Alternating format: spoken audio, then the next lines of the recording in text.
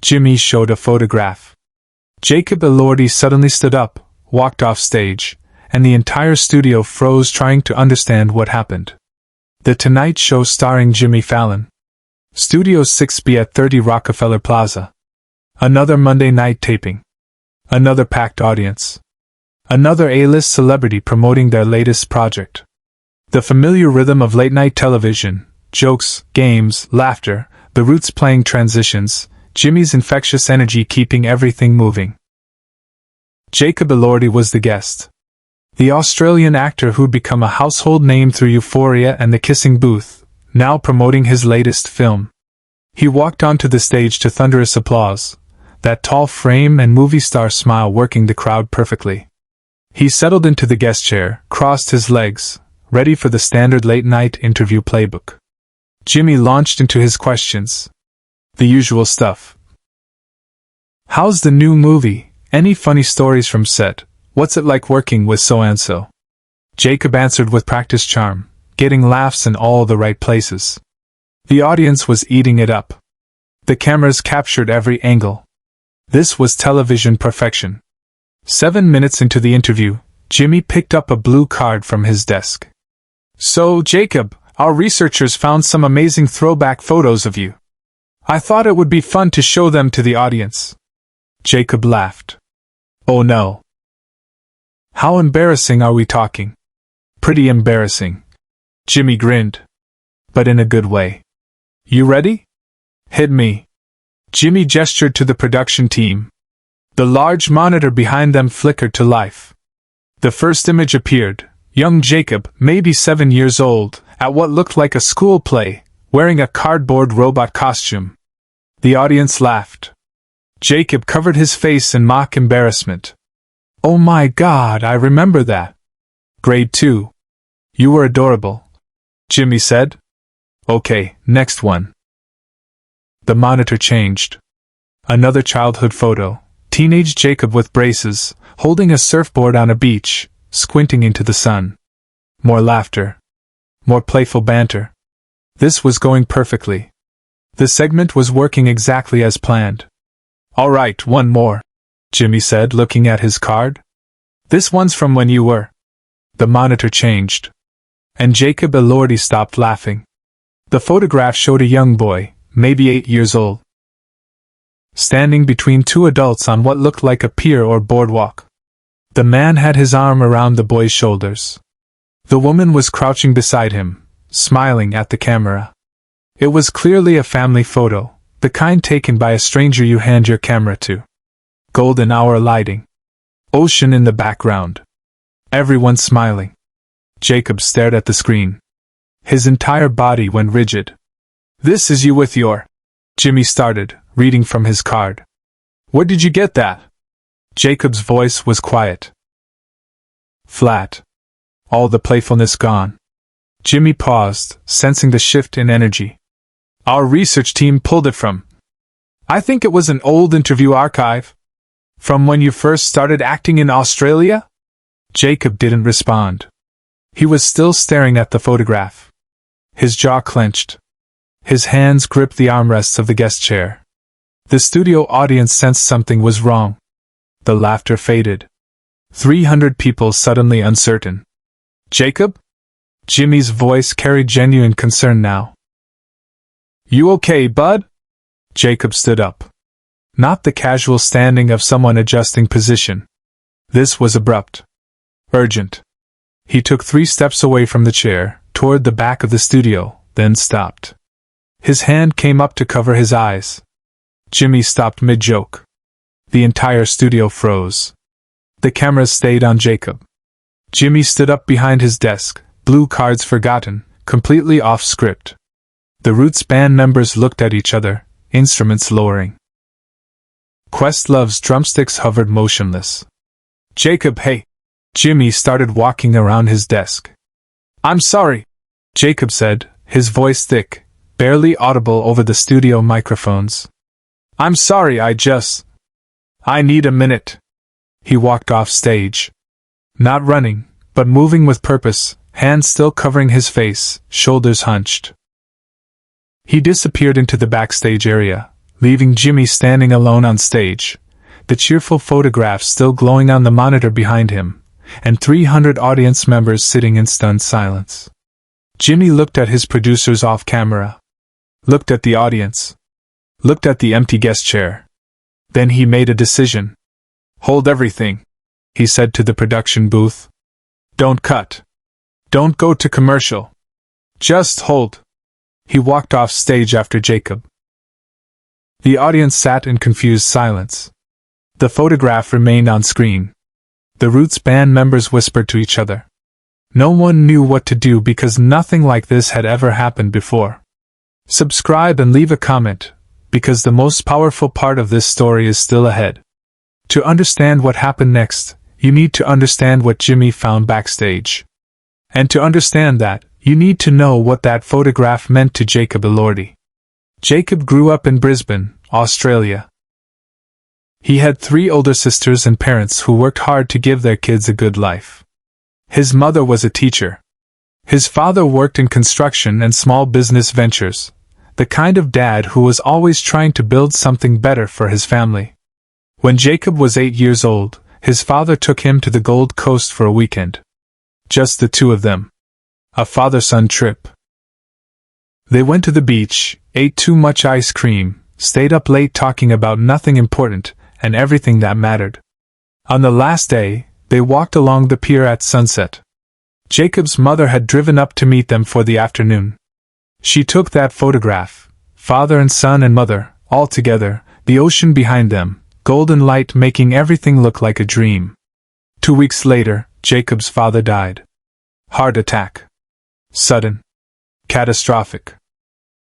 One moment he was laughing at the dinner table. The next moment he was gone. Jacob was 8 years old, and his father was gone.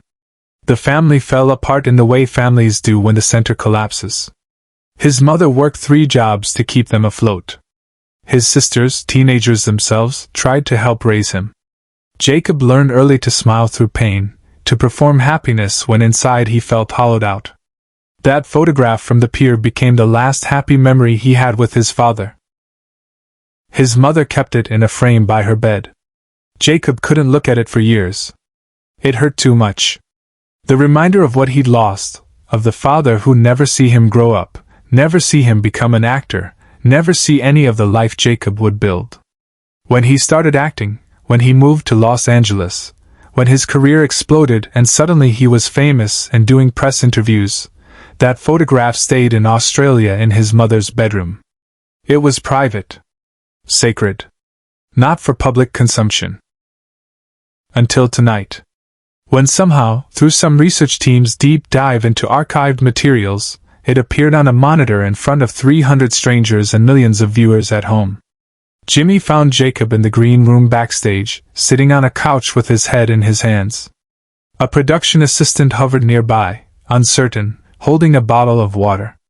"Hey," Jimmy said quietly, dismissing the assistant with a gentle gesture. He sat down on the couch beside Jacob, leaving space between them. "Talk to me. What just happened?" Jacob didn't look up. "That photograph. The one with my parents. That was 2 weeks before my dad died." Jimmy's face changed. "Oh my God! I was 8. Heart attack." He was 36. Jacob's voice was mechanical, reciting facts to hold back emotion. "That picture was the last time we were all together. The last time I saw him smile. I haven't seen that photo in probably 15 years. I didn't know anyone had it except my mom. Jacob, I am so sorry. I had no idea. The research team, they just pulled childhood photos, they didn't.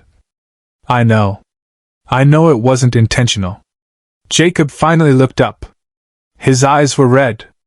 But seeing it up there, on that screen, with everyone laughing like it's just another cute kid picture, I couldn't breathe. I just needed to get away. Jimmy sat with that for a moment. The studio was waiting. The audience was confused. The show was stopped. And none of it mattered as much as the man sitting beside him trying to hold himself together. "What do you want to do?" Jimmy asked. We can cut the segment entirely. We can go to commercial and come back with something else. We can end the interview. Whatever you need.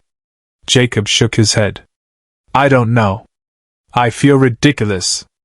I'm a professional. I shouldn't have just walked off. Stop, Jimmy interrupted gently. You're human. You saw something that hurt. You needed a minute. There's nothing ridiculous about that. Behind the scenes, Fallon made a decision that defied every producer's expectation. Jimmy stood up. He walked to his dressing room and came back carrying something, a small framed photograph. He handed it to Jacob. The photo showed a young Jimmy, maybe 6 years old, sitting on his grandfather's lap. Both of them laughing at something off camera. My grandfather, Jimmy explained. He died when I was 9. Sudden stroke. I keep this picture in my dressing room. Every show, before I go on stage, I look at it. Reminds me why I do this. Reminds me that life is short, and you should make people laugh while you can. Jacob looked at the photo, then at Jimmy. Lost like that. Jimmy continued, sitting back down. It doesn't go away. You don't get over it. You learn to carry it. And sometimes it hits you out of nowhere. A song. A smell. A photograph on a screen when you're just trying to have a fun interview. Jacob nodded, unable to speak. Here's what I think we should do, Jimmy said. I think we should go back out there. And I think we should tell them about your dad. Not because it's good television, though honestly, screw television right now. But because 300 people just watched you walk off stage, and they're worried about you. And I think they deserve to know why. And I think your dad deserves to be remembered. I don't know if I can talk about it, Jacob whispered. Then I'll talk, Jimmy said. You just sit there. You don't have to say anything you don't want to say. They sat in silence for another moment. Then Jacob nodded. Okay. They walked back onto the stage together. The audience, which had been waiting in tense silence, erupted in supportive applause. Not the excited applause of entertainment, but the warm, gentle applause of people who'd been worried and were relieved to see both men return. Jimmy sat back down behind his desk. Jacob returned to the guest chair, his eyes still red but his shoulders straighter. Folks, Jimmy addressed the audience, his usual playful energy replaced by something more serious. Jacob and I just had a conversation backstage. And with his permission, I want to share something with you. He explained about the photograph. About Jacob's father. About loss that doesn't fade, it just becomes part of who you are. That picture we showed, Jimmy said, looking at the monitor where the image still glowed, wasn't just a throwback photo. It was Jacob's last happy memory with his dad before he passed away. He was 8 years old. And seeing it unexpectedly, in front of all of us, it brought everything back. The audience was completely silent. Some were crying. Many nodded in understanding, recognizing their own losses reflected in this moment. Jimmy turned to Jacob. Do you want to tell them about him? About your dad? Jacob took a deep breath. His name was John. He worked in construction. He taught me how to swim. He used to do these terrible magic tricks at my birthday parties that never worked, but he'd laugh so hard at his own failures that everyone else would laugh too. He smiled despite the tears. He was the best dad. And I wish he could see what my life became. I wish he could know that I'm okay. But this is the moment no one in the studio, and no one watching at home, ever saw coming. Jimmy reached into his jacket pocket. He pulled out a folded piece of paper, one of his blue interview cards. He wrote something on it quickly, then stood up and walked over to Jacob. I want you to have this, Jimmy said, handing him the card. Jacob unfolded it. Written in Jimmy's handwriting were 2 sentences. Your dad sees you. He knows you're okay. Jacob stared at the card. His hands trembled. He tried to speak but couldn't. Instead, he folded the card carefully and put it in his shirt pocket, over his heart. The audience stood. All of them. The applause wasn't loud, it was reverent. Gentle. The sound of 300 people acknowledging pain and healing witnessed together. Jimmy pulled Jacob into a hug. "Keep that card," he whispered. "Whenever you doubt it, read it again." They finished the interview talking about Jacob's father. The funny stories. The life lessons. The memories that Jacob had kept locked away for years, now shared with millions. Share and subscribe. Make sure this story is never forgotten. After the show, Jacob asked the production team for a copy of that photograph. Jimmy had it professionally printed and framed. On the back he wrote, "John Elordi, father, teacher, forever remembered." Jacob keeps two things in his dressing room now, wherever he works: that photograph of his father, and Jimmy's blue card with the handwritten message. The segment became one of The Tonight Show's most watched moments.